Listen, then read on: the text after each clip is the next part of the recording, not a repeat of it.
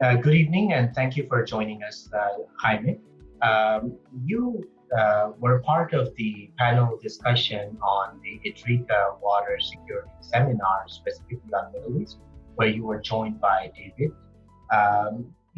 What was your experience of the panel, and what did you take away from the experience? The panel have been amazing.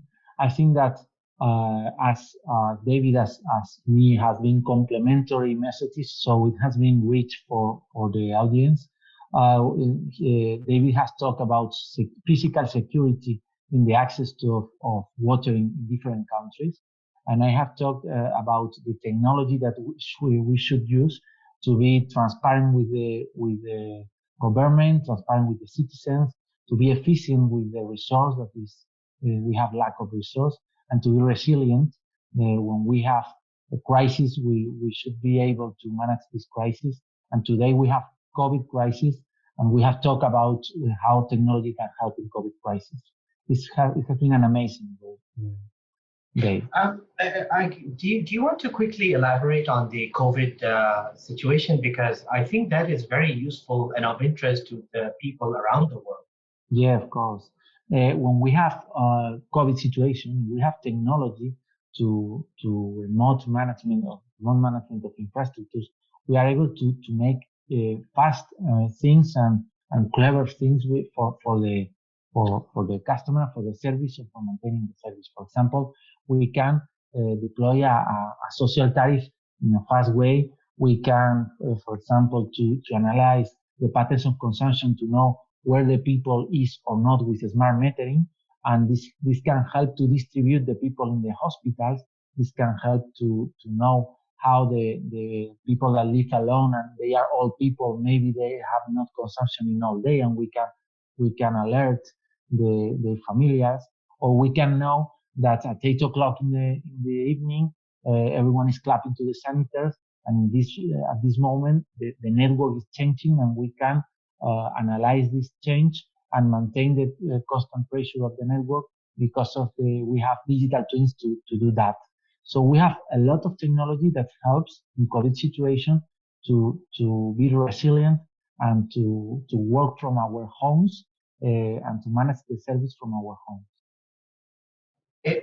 Something just hit me that I realized that you are sitting in Spain and I'm in Qatar. And both of our countries are one of the worst affected. Qatar, as of today, has the highest number of infections in the Middle East per capita.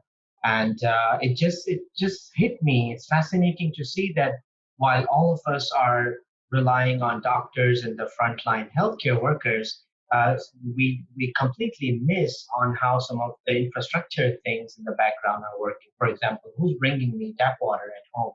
And it's really interesting to see that it's companies like Idrica working in the background, even despite the crises, in fact, probably finding new opportunities. Yeah, for example, when we started the COVID, we analyzed what should we do in the plan to maintain the service, and we knew that as we have work orders management in the organizations that we manage, that we can prioritize the work of the people, minimizing the exits to outside their households, and to separate the essential people in the work in the distribution network from the ones that not, and giving the prioritizing the work orders in a centralized way, not leaving that they meet in a physical place. So we are able to absorb the service, and not just that. We can have decisions in the network and the plants. We have automatized all the management of the plants on the network, for the things to happen, for opening valves and closing or opening and closing valves, or working with the pumps in the best way in the different patterns of consumption that we live those days that have changed everything. Once again, it's interactions like these inform me that I shouldn't take water for granted. I just lift up the bottle and start drinking. So it's well done there. I want to ask you. Um, I understand that you had a very successful, enthusiastically participated seminar similar for LATAM and now Middle East. I know that Idrica exists in several different markets and regions of the world. You're a very international company. Do you plan on continuing this despite the crises, and carry out your message to the world? It's a good question. What has happened to us in those days is because of the crisis, we have been more than 3 years telling to the world, telling to the development banks that they need to change the management of the water. The management of the water is so traditional.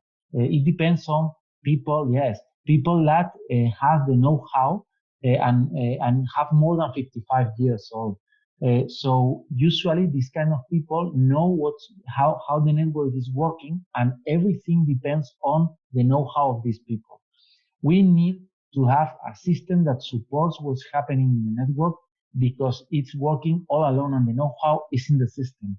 And we have been 3 years evangelizing about this.